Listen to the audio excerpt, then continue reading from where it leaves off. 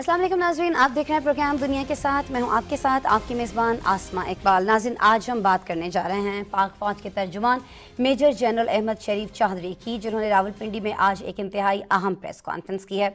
ये जो press conference थी, जो ब्रीफिंग थी, इसका मकसद पाक फ़ौज की जो पेशा वाराना सरगर्मियाँ हैं और दहशतगर्दी के ख़िलाफ़ जो इक़दाम उठाए जा रहे हैं उनका अहाता करना था। नाज़रीन, DGISPR ने भारत की जानिब से जो जंगबंदी माहिदा है उसकी खिलाफ वर्जी के बावजूद जो सिचुएशन वहाँ पर रहती है उसके बारे में बताया। कहना उनका ये था कि रवां साल, जिसमें अभी कोई इतने ज़्यादा महीने नहीं गुजरे हैं, 56 मरतबा उस जंगबंदी माहिदे की खिलाफ वर्जी की गई है भारत की जानिब से। पाक फ़ौज ने 6 ऐसे जासूस तैयारे थे भारत के जिनके खिलाफ कार्रवाई के क्वाडकॉप्टर्स थे जिनको मार गिराया है। पाक फ़ौज के तर्जुमान ने इस मौके पर यह भी बताया कि दुश्मन को 27 फरवरी 2019 में भी याद दिलाया गया था जब शाहीनों ने भारतीय जारहाना इक़दाम का मुंह तोड़ जवाब दिया था। वाज़ेह पैगाम भी दिया कि भारत किसी खुशफहमी में न रहे, किसी भी मुहिम जोई का मुंह तोड़ जवाब दिया जाएगा। इस बार 27 फरवरी से ज़्यादा भरपूर अंदाज अपनाया जाएगा। नाज़रीन, DGISPR ने यह भी बता दिया कि भारत के जो जारहाना अज़ाइम हैं और बेबुनियाद इल्ज़ामात हैं वो तारीख बदल नहीं सकते हैं। कश्मीर कभी भारत का अटूट अंग था नहीं, कभी अटूट अंग हो सकता है। पाकिस्तान ने दहशतगर्दों के खिलाफ नाज़रीन 2 दहाइयों से जंग लड़ी है। दहशतगर्दी के नासूर का बहैसियत कौम यकजा होकर बहादुरी से मुकाबला किया है और कर रहे हैं। क्या कहना था DGISPR का हालिया ऑपरेशंस के हवाले से, दहशतगर्दी की कार्रवाइयों के हवाले से और ख़ास तौर पर भारत जो कुछ कर रहा है उस हवाले से। पहले आपको इस पर एक पैकेज दिखा देते हैं, एक रिपोर्ट दिखा देते हैं, फिर मेरे साथ सीनियर सहाफ़ी, सीनियर तज्ज़ियाकार फ़ारूक खान पताफ़ी साहब मौजूद होंगे, उनसे बात करेंगे। हिंदुस्तानी लीडरशिप की गीदड़ बक्कियाँ और लाइन ऑफ कंट्रोल पर पाकिस्तान की जानिब से इन्फिल्ट्रेशन, टेक्निकल एयर वायलेशंस और दीगर इल्ज़ामात का लगातार झूठा प्रोपेगेंडा भारत की दरहकीकत एक खास पॉलिटिकल एजेंडे की अक्कासी करता है। रावलपिंडी में पाक अफवाज के शोबा ताल्लुकात आमा के हेडक्वार्टर्स में मीडिया ब्रीफिंग देते हुए DGISPR मेजर जनरल अहमद शरीफ ने कहा कि पाकिस्तान की मुसल्लह अफवाज दूसरे कानून नाफिज करने वाले इदारों के साथ मिलकर मुल्क में दहशतगर्दी की लानत के मुकम्मल खात्मे के लिए कौम की हिमायत से भरपूर जंग लड़ रही है। रोजाना की बुनियाद पर 70 से ज्यादा दहशतगर्दों के खिलाफ ऑपरेशंस किए जा रहे हैं। रवां साल में मजमूई तौर पर छोटे बड़े दहशतगर्दी के 436 वाक़यात रूनुमा हुए, जिनमें 293 अफराद शहीद जबकि 521 जख्मी हुए। सिक्योरिटी फोर्सेस ने दहशतगर्दों और उनके सहूलतकारों के खिलाफ 8,269 छोटे बड़े इंटेलिजेंस बेस्ड ऑपरेशंस किए हैं। इसी दौरान लगभग 1535 दहशतगर्दों को वास्ले जहन्नम या गिरफ्तार किया गया है। There is no go area in Pakistan. Major general Ahmed Sharif Chaudhry ने कहा कि पुलिस लाइन मस्जिद पेशावर और कराची पुलिस ऑफिस पर हमला करने वाले तमाम दहशतगर्दों को कैफरे किरदार तक पहुंचा दिया गया है। उन्होंने कहा कि रवां साल 137 अफसरों और जवानों ने जामे शहादत नोश किया और 117 अफसर और जवान जख्मी हुए।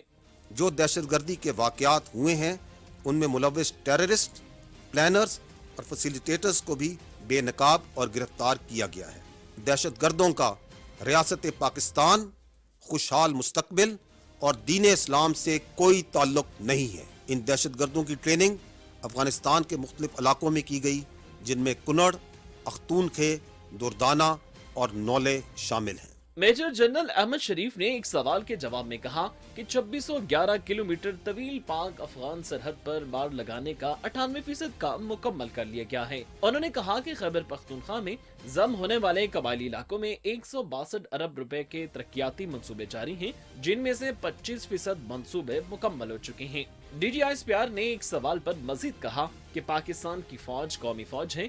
हमारे लिए तमाम सियासतदान और सियासी जमातें काबिल एहतराम हैं। अफवाज पाकिस्तान ने माशी सूरत हाल के तनाजुर में अपने अखराजात में वाज़ेह कमी की है। उन्होंने कहा कि सोशल मीडिया पर मुल्की इदारों के खिलाफ बेजाद तनकीद काबिल मुज़म्मत है। पाक फौज के तर्जुमान ने आज जो प्रेस कॉन्फ्रेंस की है उस हवाले से हमने आपको ये अहम पैकेज ये रिपोर्ट दिखाया है। जो भी तफसीलात थी हमने कोशिश की है कि इसमें समोई जा सकें, लेकिन इस प्रेस कॉन्फ्रेंस का मकसद क्या है और बहुत सारे सवालात जो इस प्रेस कॉन्फ्रेंस के बाद हमारे जहनों में उभरते हैं, आपके जहनों में उभरते हैं, उनकी जवाबात के लिए जी हमने मदू किया है ख़ास रिक्वेस्ट पर फ़ारूक खान पताफ़ी साहब को, सीनियर तज्ज़ियाकार हैं, मेरे स्टूडियो में तशरीफ़ रखते हैं, उनसे गुफ्तगू करते हैं। अस्सलाम वालेकुम फ़ारूक साहब। वालेकुम अस्सलाम। अच्छा फ़ारूक साहब, सबसे पहले तो बहुत शुक्रिया, आप मेरे शो के लिए वक्त निकाल रहे हैं और आज इतनी एक अहम टॉपिक जो है उस पर हम बात करने जा रहे हैं, एक अहम प्रेस कॉन्फ्रेंस जो है उस पर हम ये बात करने जा रहे हैं। पहले तो ज़रा ये फरमा दीजिएगा कि इस प्रेस कॉन्फ्रेंस की अभी ज़रूरत क्यों थी, ये मैसेज भारत को इस वक्त पर देना क्यों ज़रूरी था? वैसे तो हम बहुत सारी कार्रवाइयों के अंदर भी, जैसे फरवरी के महीने की हम बार बार बात कर रहे होते हैं, 2019 की हम बारहा उसको बता चुके हैं कि ना हम कमज़ोर हैं और नहीं हमें कमज़ोर समझा जाए किसी भी तौर। लेकिन अभी इस टाइम की अहमियत क्या है जब ये प्रेस कॉन्फ्रेंस की गई? बहुत बहुत शुक्रिया आसमा। पहली बात तो ये है कि इसकी इम्पोर्टेंस तो ये भी है कि पीरियडिकली ये प्रेस कॉन्फ्रेंस होती है। अब इस वक्त थोड़ा सा फ़र्क ये है कि ये नए आर्मी चीफ के टेक ओवर करने के बाद और नए DG ISPR के आने के बाद ये प्रेस कॉन्फ्रेंस हो रही है।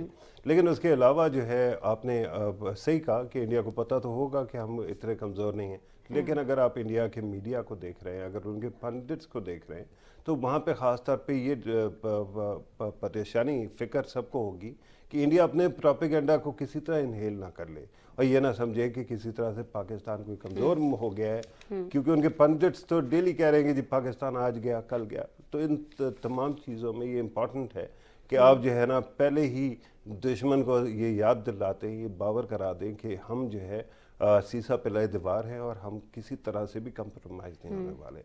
दूसरा इसका एक और कॉन्टेक्स्ट ये है कि वॉर ऑन टेरर जिसके अंदर हमने बड़ी शहादतें दी और बाकी हुआ, उसके अंदर एक गुज़िश्ता हुकूमत के आखिरी साल में और फिर जनरल बाजवा के स्टार्ट के कुछ चंद महीनों में कुछ ऐसे चेंजेस आए कि उसकी वजह से मुल्क में ये फ़िक्र हो गई कि टेररिज्म दोबारा फैल गया है। तो उसको भी क्लियर करना बहुत ज़रूरी था। आज जब DG ISPR ने कहा कि मुल्क के अंदर कोई नो गो एरिया नहीं है, तो ये बात हमारे तमाम लोगों के लिए बड़ी खुशी का वजह होनी चाहिए। उसकी वजह है कि माजी में इस तरह की हेवन्स जो थी, सेफ हेवन, उनके होते हुए आपके मुल्क के अंदर बहुत ज़्यादा नुकसान होता रहा है। तो I think at this moment ये जो प्रेस कॉन्फ्रेंस है इसकी ज़रूरत भी थी और मुझे इस बात की भी खुशी है आसमा कि ये फोकस जो है वो सियासत से बिल्कुल दूर रखा गया है। माजी में आई एम श्योर कि आपने भी फॉलो किया है, मैं भी अटेंड करता रहा। उसके अंदर ये होता है कि बहुत सारे हमारे साफ़ी जो दोस्त बैठे होते हैं वो कोशिश करते हैं किसी तरह ट्रैप कर लें और सियासत पे ले आए, और उससे ये नुकसान होता है कि उसके 360 डिग्री वांटेज पॉइंट में अलग-अलग तरीके से खेला जाता है। लेकिन इस दफ़ा हमने ये देखा कि जितने सियासी सवाल हुए उसका जवाब हमेशा कॉन्स्टिट्यूशन पे आया, इंस्टीट्यूशनलिज्म पे आया और प्रोफेशनलिज्म पे। तो दैट वाज वेरी वेलकम। नहीं, और ये बड़ा अच्छा पॉइंट जिस पर आपने बात की, बड़ा ज़रूरी था इसको डिस्कस किया जाना, और ज़ाहिर है आज हमने ये देखा भी है इस अहम प्रेस कॉन्फ्रेंस के अंदर। एक और चीज़ फ़ारूक जो डिस्कस हुई है, जिस पर बड़ी बात हुई है और होती ही रहती है, ज़ाहिर पाकिस्तान के अंदर कोई ऐसा दिन गुजरता नहीं है जब हम इस चीज़ का जिक्र सुन न रहे हों। मैं बात करी हूँ मकबूजा कश्मीर की, उस पर पाकिस्तान का मौक़िफ़ क्या है, ये आज एक बार फिर से दोहराया गया है, बड़े वाशगाफ अल्फाज में दोहराया गया है। आपको लगता है कि इससे जब इस तरह की एक अहम प्रेस कॉन्फ्रेंस हो रही होती है, उसमें मकबूजा कश्मीर का जिक्र किया जाता है और इस तरह से जिक्र किया जाता है, तो मकबूजा कश्मीर का जो मसला है उस पर कहीं ना कहीं इसका कुछ ना कुछ मुस्बत असर आता ज़रूर है? जी बिल्कुल सही कह रही हैं आप। मेरे ख्याल में वैसे ही कश्मीर का मामला हमारे दिलों के इतने करीब है कि हमें जब भी कोई प्रेस कॉन्फ्रेंस हो उसके अंदर ख़ास तौर पर हमारे लीडर्स को रेट अपने प्रिंसिपल स्टैंड करते रहना चाहिए। लेकिन अभी एक उसके अंदर कंटिंजेंट फैक्टर भी है, और वो ये है कि इंडिया कोशिश कर रहा है, G20 की एक समिट हो रहा है इंडिया के अंदर, तो उसको कश्मीर के अंदर भी जो है उसके अंदर टूरिज्म का कश्मीर के अंदर, श्रीनगर के अंदर उसको ख़ास तौर पे होल्ड करे।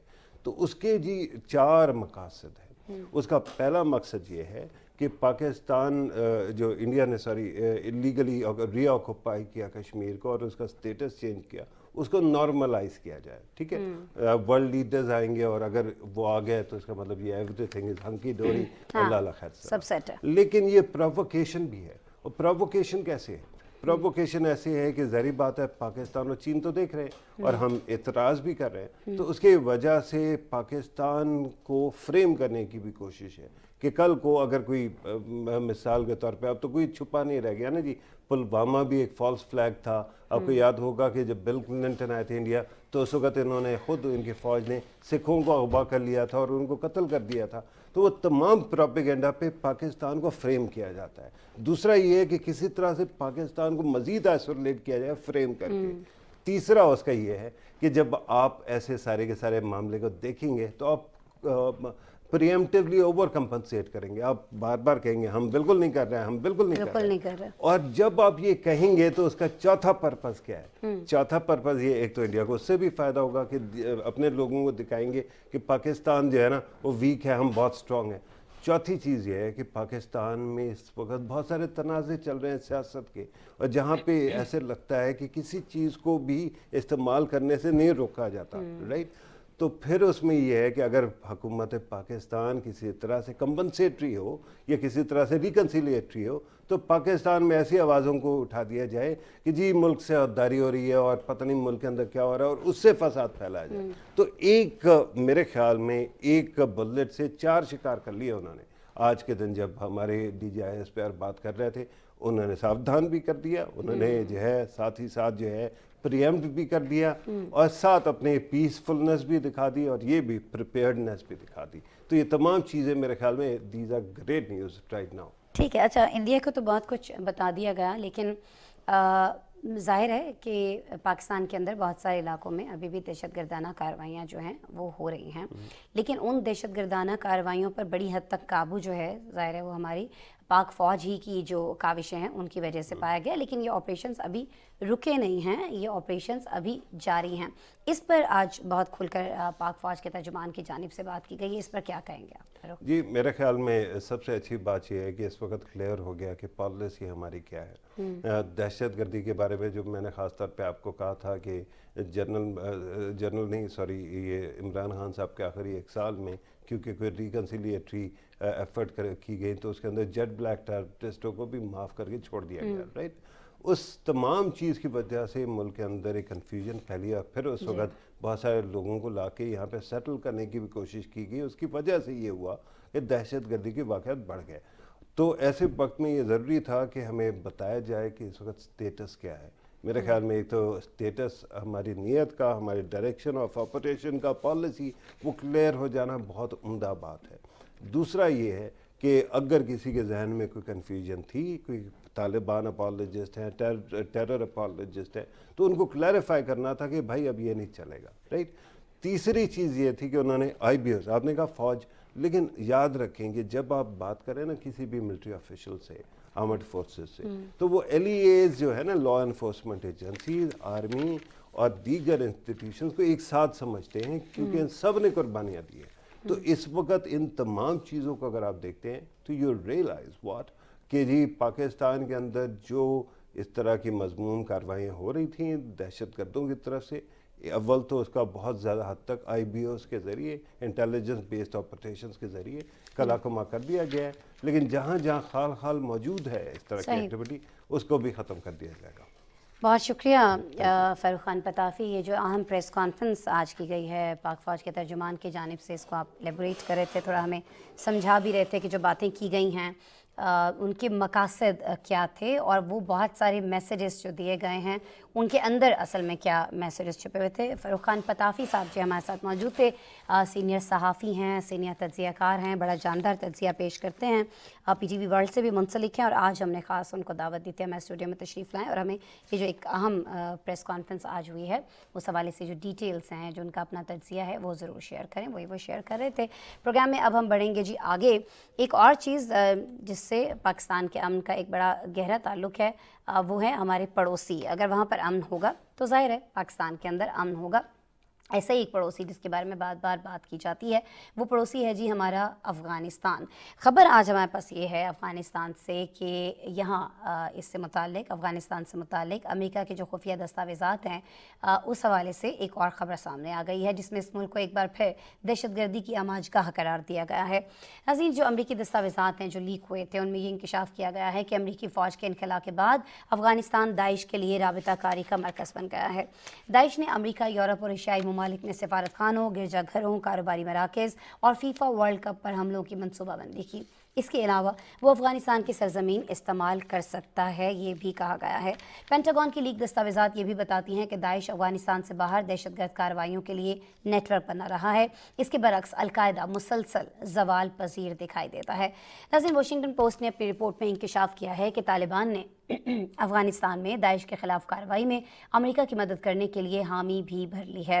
یہ ساری دستاویزات، یہ سارے لیکس، اس حوالے سے مزید جو ڈیٹیلز ہیں ہمارے پاس وہ ایک پیکج میں ہیں۔ پیکج دیکھیے، پھر میرے ساتھ رشید صافی صاحب موجود ہوں گے، سینئر تجزیہ کار، ان سے ان کا تجزیہ جانیں گے۔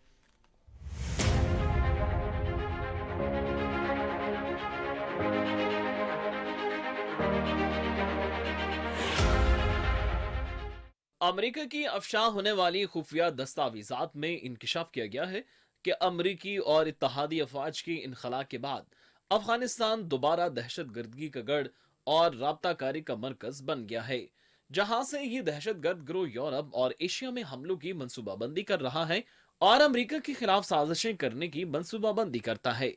امریکی محکمہ دفاع پینٹاگون کی لیک ہونے والی دستاویزات میں داعش خراسان کے خطرے کو سلامتی کی بڑھتی ہوئی تشویش کرا دیا ہے۔ رپورٹ کے مطابق داعش افغانستان میں منظم ہو کر امریکہ اور دیگر ممالک کے گرجا گھروں، سفارت خانوں، کاروباری مراکز اور ورلڈ کپ فٹ بال ٹورنامنٹ کو نشانہ بنا سکتے ہیں۔ پینٹاگون کی لیک دستاویزات میں موجود دیگر رپورٹس میں داعش کی جانب سے دنیا کے دیگر حصوں میں کیمیائی ہتھیار بنانے، ڈرون چلانے کے لیے مہارت حاصل کرنے کی انتھک کوششوں اور بیلجیم یا فرانس میں عراقی سفارتکاروں کو اغوا کرنے اور 4000 قید جنگجوؤں کی رہائی کو محفوظ بنانے کی سازش کا انکشاف کیا گیا ہے۔ امریکی دستاویزات میں افغانستان میں القاعدہ کے دوبارہ سر اٹھانے کا کوئی ذکر نہیں۔ ادھر دوحہ میں طالبان کی ترجمان سہیل شاہین نے امریکی خدشات کو مسترد کرتے ہوئے کہا کہ افغانستان میں داعش کو زیر کیا جا چکا ہے، اب اس کا کوئی وجود نہیں۔ لیک دستاویز پر واشنگٹن پوسٹ کی رپورٹ زمینی حقائق کی عکاسی نہیں کرتی۔ انہوں نے کہا کہ اس طرح کی رپورٹ ذاتی خواہشات ہو سکتی ہے لیکن یہ حقیقت نہیں۔ رپورٹس کے مطابق بائیڈن انتظامیہ نے افشاں ہونے والی دستاویزات پر تبصرہ کرنے سے انکار کر دیا، لیکن عہدہ سنبھالنے کے بعد سے انسداد دہشت گردی پر اپنے ریکارڈ کا دفاع کیا ہے۔ واشنگٹن پوسٹ نے اس لیک دستاویزات میں سیکیورٹی خدشات پر امریکی وزارت دفاع کے سینئر عہدیدار سے گفتگو کی، جن کا کہنا تھا کہ امریکہ طالبان حکومت کے قیام کے بعد سے افغانستان میں داعش پر نظر رکھے ہوئے ہے۔ طالبان خود بھی داعش کو اپنی حکومت کے لیے خطرہ سمجھتے ہیں اور تازہ سیکیورٹی خدشات کے تناظر میں طالبان حکومت نے داعش کے خلاف کریک ڈاؤن آپریشن میں امریکہ کی مدد کرنے کا عندیہ دیا ہے۔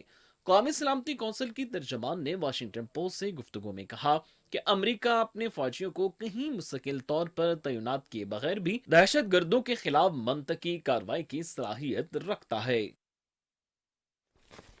بالکل جی، اسی لیکس پہ بات کریں گے رشید صافی صاحب سے، سینئر تجزیہ کار، ویڈیو لنک پر ہمیں جوائن کر چکے ہیں۔ السلام علیکم رشید صاحب۔ وعلیکم السلام۔ رشید صاحب، بہت شکریہ، آپ میرے پروگرام کے لیے وقت نکال رہے ہیں۔ اچھا، یہ ذرا بتائیے گا، جب ہم افغانستان کی بات کرتے ہیں اور پھر پینٹاگون کی لیک دستاویزات کی بات کرتے ہیں تو داعش کی جانب سے بیلجیم یا فرانس میں عراقی سفارتکاروں کو اغوا کرنے اور 4000 جو قید جنگجو ہیں ان کی رہائی کو محفوظ بنانے کی سازش کا انکشاف کیا گیا ہے۔ آپ سمجھتے ہیں کہ یہ ساری چیزیں جو ہیں یہ واقعتاً حقیقت پر مبنی ہیں؟ اور پہلے اس سے میں یہ چاہوں گی کہ آپ تھوڑا سا ان لیکس کے حوالے سے بھی کہیے گا۔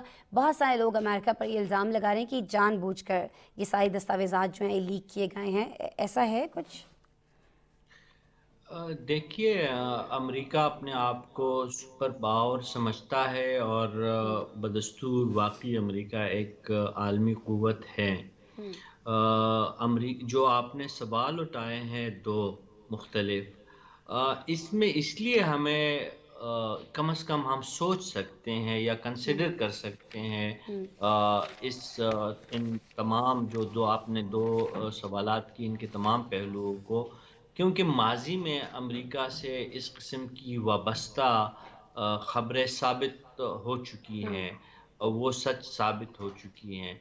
तो अब ये जो रिसेंट जो आपने कहा है कि मिडिल जी। ईस्ट में स्पेशली इराक वगैरह में जो एक कोई कॉन्स्पिरेंसी करके कुछ डिप्लोमेट्स के बारे में जो एक रिपोर्ट सामने आई है और आलमी मीडिया पे पिछले 24 घंटों से इसका काफ़ी गलगला है।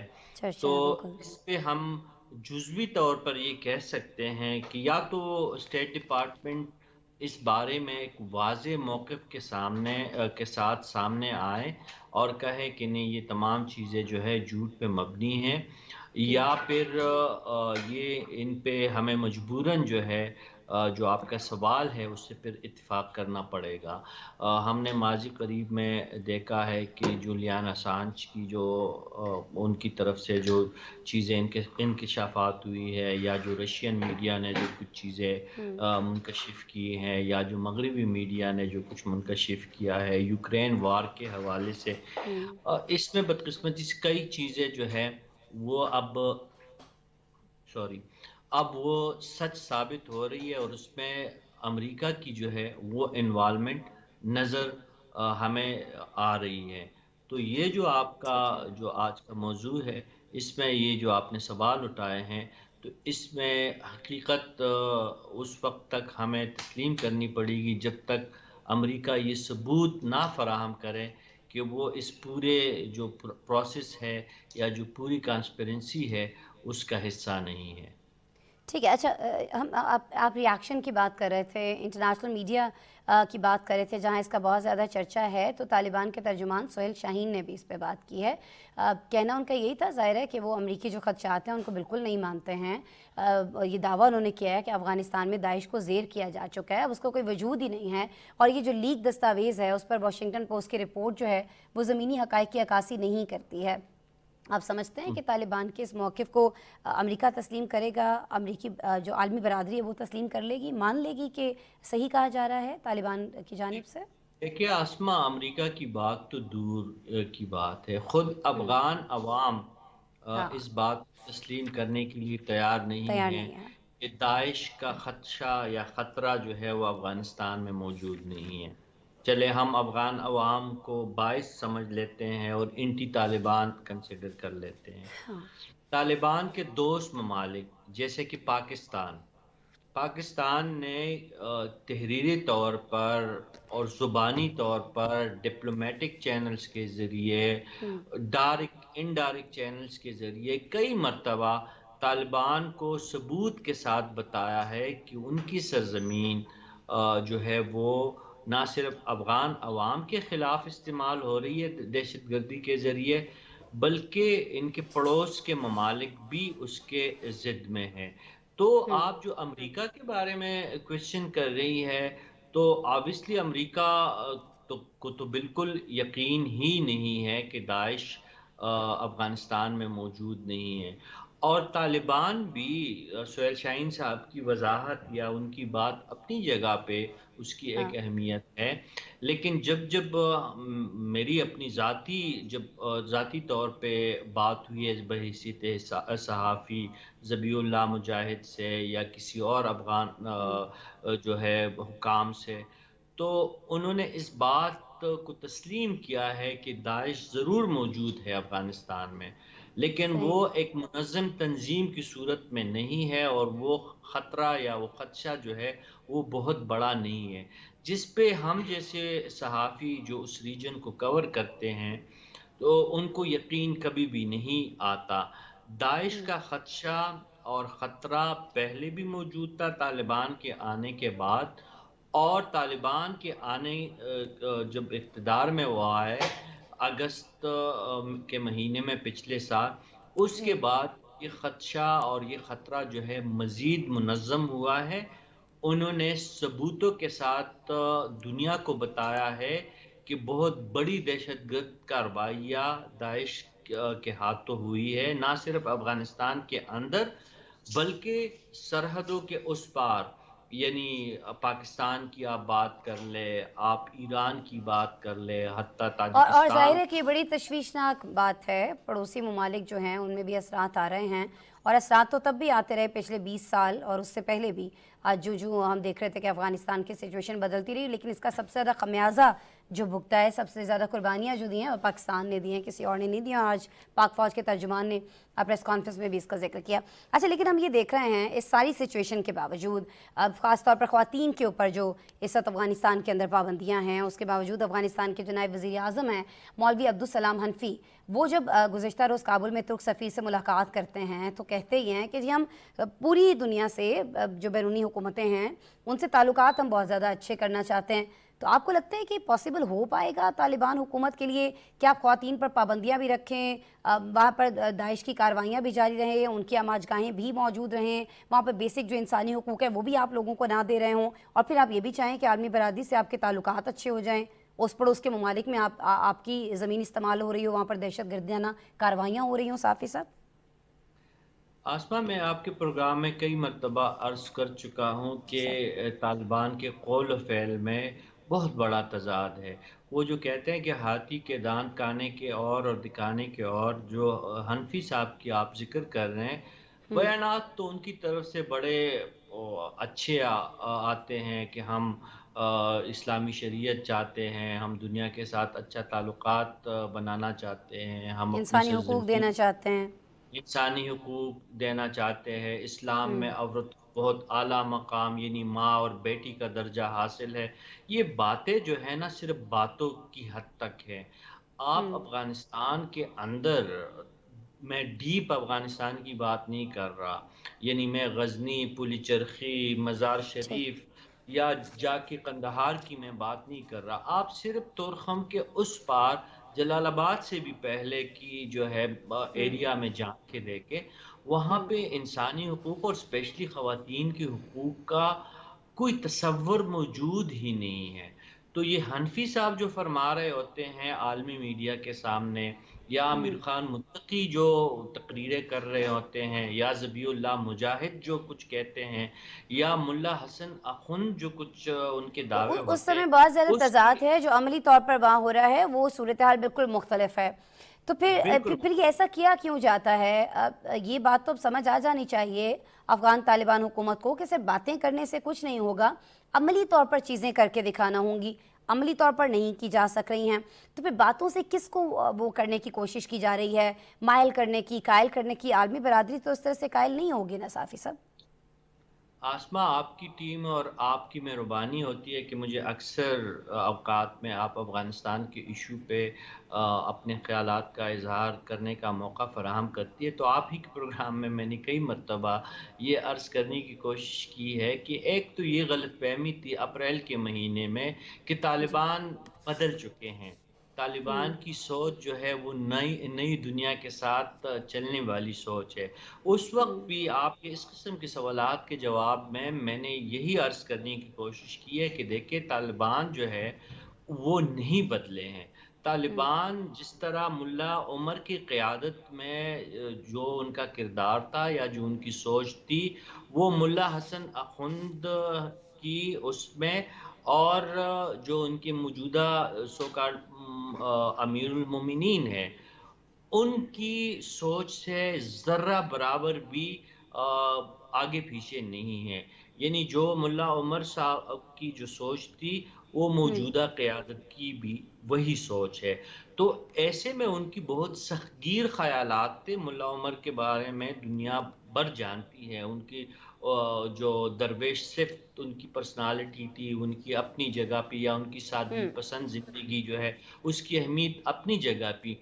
لیکن ان کی خواتین کے حوالے سے اور انسانی حقوق کے حوالے سے جو انتہائی سختگیر رویہ تھا، وہ جی. ملا ہیبت اللہ کا رویہ.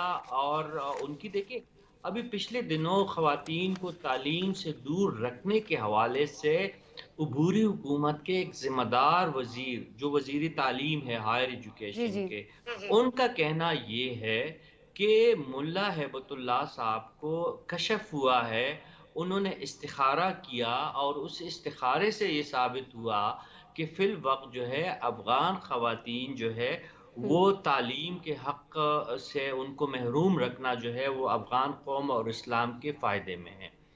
تو آپ جب اس قسم کی آپ کی سوچ ہے تو آپ پھر کس طرح جو حنفی صاحب کی آپ بات کر رہے ہیں کہ انہوں نے دنیا کو قائل کرنے کی کوشش کی یا امیر خان متقی نے قائل کرنے کی کوشش کی، جب عملی طور پر آپ کی سوچ اتنی قدامت پسند ہو اور اتنی دوقیانوسی ہو تو اس میں آپ کس طرح دنیا کو قائل کرنے میں کامیاب ہوں گے کہ سوچ نہیں آپ تھوڑا بدلنی ہوگی، طالبان کو خود کو بدلنا ہوگا اور اسی طرح سے بدلنا ہوگا جس طرح سے انہوں نے یہاں افغانستان کے اندر حکومت بنانے کے بعد دعویٰ کیا تھا کہ اب ہم وہ طالبان نہیں رہے ہیں، اب ہم نئی سوچ کے ساتھ نئے طالبان ہیں۔ لیکن رشید صاحب بالکل آپ بجا فرما رہے تھے، آپ ہمیشہ سے اس شو کے اندر یہی کہتے رہے ہیں کہ طالبان وہی طالبان ہیں، اسی سوچ کے ساتھ چل رہے ہیں اور بالکل ہم اس کو حقیقت میں ہوتے ہوئے بھی دیکھ رہے ہیں۔ وہی چیزیں، وہی پابندیاں جو عورتوں پر پہلے تھیں وہی اب بھی لگائی جا رہی ہیں، وہی انسانی حقوق جن کے چھن جانے کا خدشہ رہتا تھا وہ اب ساری چیزیں ہوتی ہوئی عملی طور پر ہمیں دکھائی دے رہی ہیں افغانستان کے اندر، اور یہ ظاہر ہے افغانستان کے لیے بھی خطرناک ہے اور ارد گرد جو پڑوسی ممالک ہیں ان کے ساتھ ساتھ پوری دنیا کے امن کے لیے یہ چیز جو ہے خطرناک ثابت ہو رہی ہے۔ بہت شکریہ رشید صافی صاحب، آپ موجود تھے میرے پروگرام کے لیے، وقت نکال رہے تھے سر۔ اچھا جی، افغانستان حکومت جو ہے طالبان حکومت وہ تو یہ نہیں مان رہی ہے کہ وہاں پر داعش موجود ہے، اس کی کارروائیاں بڑھ رہی ہیں، لوگ منظم ہو رہے ہیں، لیکن برکینا فاسو عسکریت پسند تنظیموں، القاعدہ اور داعش کی دہشت گردی کا مرکز ضرور بن چکے ہیں۔ ہر گزرتے دن کے ساتھ اس ملک میں ان تنظیموں کی دہشت گردانہ کارروائیاں جو ہیں وہ بڑھ رہی ہیں۔ حالیہ واقعے کی اگر میں آپ سے ڈیٹیل شیئر کروں تو اس میں موٹر سائیکلوں اور ٹرک پر سوار 100 کے قریب جو شدت پسند ہیں انہوں نے ایک گاؤں پر حملہ کر دیا تھا۔ بتایا یہ جا رہا ہے کہ یہ جو حملہ ہے اس میں 80 افراد ہلاک ہو چکے ہیں۔ یہ کوئی پہلی دفعہ نہیں ہو رہا ہے کہ ہم آپ کو رپورٹ کر رہے ہیں یہاں برکینا فاسو سے کس طرح سے اٹیک کیا گیا ہے، پہلے بھی اس طرح کے سفاکانہ جو حملے ہیں وہ ہوتے رہتے ہیں، اور اس بار بھی یہ جو سفاک حملہ آور ہیں انہوں نے جاتے ہوئے گاؤں کے تمام گھر جو ہیں ان کو آگ لگا دی، ان کو نذر آتش کر دیا۔ کیا جاتا ہے، اٹیک کیا جاتا ہے، بچے ہوں، عورتیں ہوں، بزرگ ہوں، جوان ہوں، کسی کو نہیں چھوڑا جاتا ہے، جتنے لوگ ہاتھ آتے ہیں ان کو مار دیا جاتا ہے، اور پھر اس کے بعد جب ان گاؤں سے نکل رہے ہوتے ہیں، ان دیہی علاقوں سے نکل رہے ہوتے ہیں تو پورے کے پورے گاؤں کو آگ لگا کر چلے جاتے ہیں۔ ناظرین، بڑی افسوسناک ظاہر ہے یہ بات ہے، خبر ہے، ایک طرف برکینا فاسو میں سیکورٹی معاملات خراب ہوتے ہوئے ہمیں دکھائی دے رہے ہیں تو وہیں مالی بھی جو ہے وہ شدت پسندی کا شکار ہے۔ اس ملک کے جو فوجی کیمپس ہیں اور جو ایئرپورٹ ہے اس کے قریب خودکش دھماکہ ہوا اور اس دھماکے میں ہلاکتوں کی تعداد 13 تک پہنچ چکی ہے۔ کہا یہ جا رہا ہے کہ مرنے والوں میں 3 فوجی اہلکار بھی شامل ہیں۔ فوج کی مختلف کارروائیوں میں 88 عسکریت پسند بھی مارے جانے کی اطلاعات ہم تک آ رہی ہیں۔ 2012 میں مالی میں سب سے پہلے القاعدہ اور دیگر تنظیموں کی کارروائیوں کا آغاز ہوا تھا جو کہ 2015 میں برکینا فاسو پہنچا تھا۔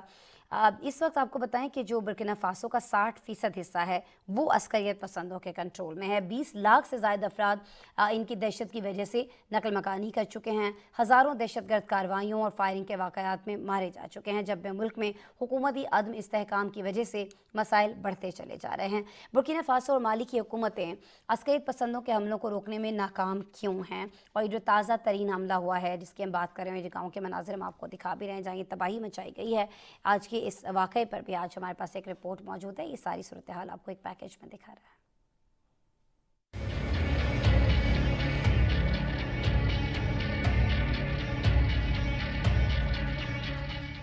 مغربی افریقی ملک برکینا فاسو میں ہر گزرتے دن کے ساتھ دہشت گرد مسلح گروپوں کے حملے بڑھتے ہی چلے جا رہے ہیں۔ برکینا فاسو میں فوجی وردی میں ملبوس موٹر سائیکلوں اور ٹرک پر سوار حملہ آوروں نے ایک گاؤں پر دھاوا بول دیا جس میں 80 افراد مارے گئے۔ افریقی میڈیا کے مطابق شمالی برکینا فاسو کے گاؤں میں خون کی ہولی کھیلنے والے 100 سے زائد مسلح افراد فوجی وردی پہنے ہوئے تھے۔ گاؤں پر حملہ اور قتل عام کے بعد لوٹ مار بھی کی گئی۔ حملہ آور جاتے ہوئے گاؤں کے تمام گھروں کو نظر آتش بھی کر گئے۔ رپورٹس کے مطابق مغربی افریقی ملک برکینا فاسو اس وقت دنیا کے سب سے زیادہ غیر مستحکم اور غریب ممالک میں سے ایک ہے، جو پڑوسی ملک مالی میں پھیلنے والی شوری سے بھی نبرد آزما ہے۔ ایک ہفتے قبل صوبائی دارالحکومت کے گاؤں کے قریب عسکریت پسندوں کے حملے میں 6 فوجی اور 34 دفاعی رضاکار ہلاک ہو گئے تھے۔ اس حملے کی ذمہ داری حکومت نے القاعدہ پر عائد کی تھی، تاہم ایک ہفتے میں ہونے والے ان دونوں حملوں کی ذمہ داری تاحال کسی شدت پسند تنظیم نے قبول نہیں کی۔ बगावत और शोरी से निपटने के लिए बर्किना फासो की फौजी हुकूमत ने 18 साल से ज्यादा उम्र और जिस्मानी तौर पर फिट हर शख्स को मुसल्लह फौज में बुनियादी ट्रेनिंग और भर्ती के लिए बुलाने का ऐलान किया है। बर्किना के उबूरी सदर कैप्टन इब्राहिम ने मुल्क के 40% इलाके पर दोबारा कब्जा करने का ऐलान किया है, जहां हुकूमत मुखालिफ असगरियत पसंदों का कब्जा था। गैर सरकारी इमदादी ग्रुपों के मुताबिक सिर्फ 2 साल में हुकूमत और बागियों के दरमियान झड़पों में 10,000 से ज्यादा अफराद हलाक और 20 लाख अफराद बेघर हो चुके हैं। दूसरे जानिब माली में 22 अप्रैल को फौजी कैंप और एयरपोर्ट के करीब खुदकश बमबार ने खुद को धमाके से उड़ा लिया, जिसके बाद दीगर दहशतगर्द अहम सिक्योरिटी इलाके में दाखिल हो गए। फौजी बेस में तैनात फौजी एहलकारों ने हमला आवरों का डट कर मुकाबला किया, जिसमें 3 फौजी समेत 13 अफराद हलाक और 60 से ज्यादा जख्मी हो गए, जबकि 20 मकानात भी तबाह हुए। इस हमले के बाद माली की फौज की मुख्तलिफ कार्रवाइयों में 88 शिद्दत पसंद मारे गए। माली फौज ने दावा किया है कि ड्रोन हमले में बारूद से भरी 3 गाड़ियों को तबाह किया गया। मुख्तलिफ कार्रवाइयों में मारे गए दहशतगर्दों में फौजी बेस और एयरपोर्ट पर हमला करने वाले भी शामिल हैं।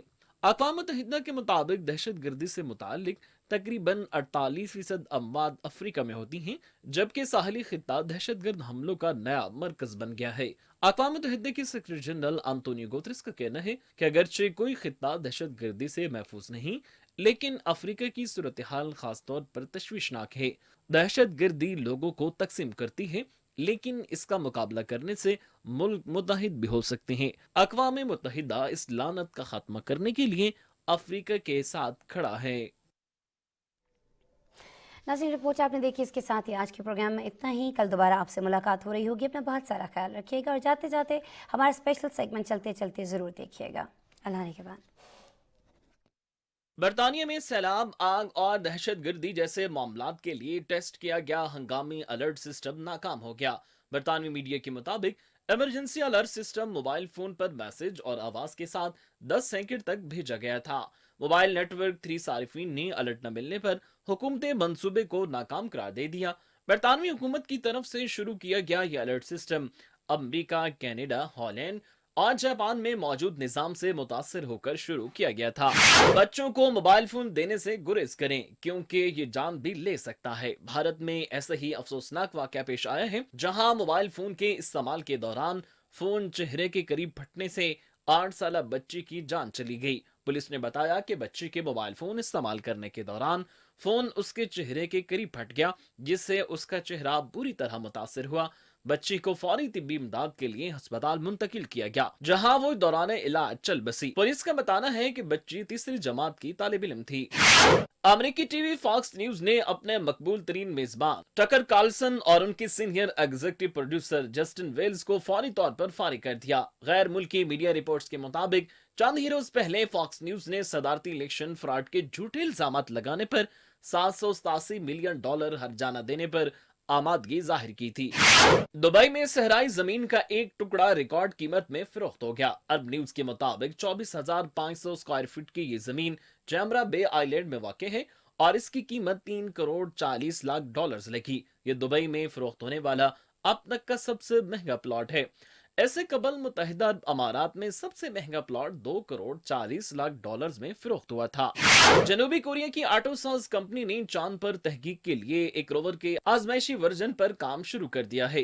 रिपोर्ट्स के मुताबिक गुज़िश्ता बरस दारुल हुकूमत की मकामी कंपनी ने एरोस्पेस शोबे से ताल्लुक रखने वाले कोरिया के 6 तहकीकाती इदारों के साथ शराकत दारी के मुआहदे पर दस्तखत किया था, जिसका मकसद चांद की सतह पर तहकीक के लिए नकलो हरकत के मसले के हल के लिए काम करना था।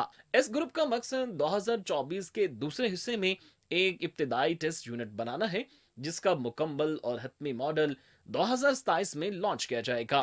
कोरोना वबा और लॉकडाउन के 4 बरस बाद अब जापान में बच्चों को रुलाने का अजीबो गरीब मुकाबले का दोबारा इनकाद हुआ। इन मुकाबलों में बच्चों को बाकायदा डरा कर रुलाया जाता है। बच्चों को सोमो पहलवानों का लिबास पहनाकर उन्हें डरावने चेहरे वाले अफराद के सामने पेश किया जाता है। इस दौरान रेफरी बारीक लकड़ी का पंखा हाथ में रखता है और जो बच्चा पहले रोता है वही फातेह करार पाता है। रेफरी लकड़ी का पंखा लहराकर बच्चे की जीत का ऐलान करता है।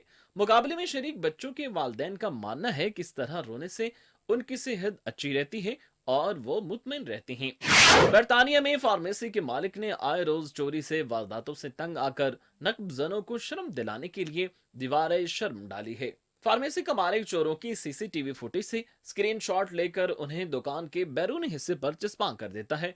बर्मिंघम में वाक़ फार्मेसी के मालिक का कहना है कि इससे कुछ फर्क जरूर पड़ा है, लेकिन वो चोरों को शर्मसार करने का सिलसिला जारी रखेंगे।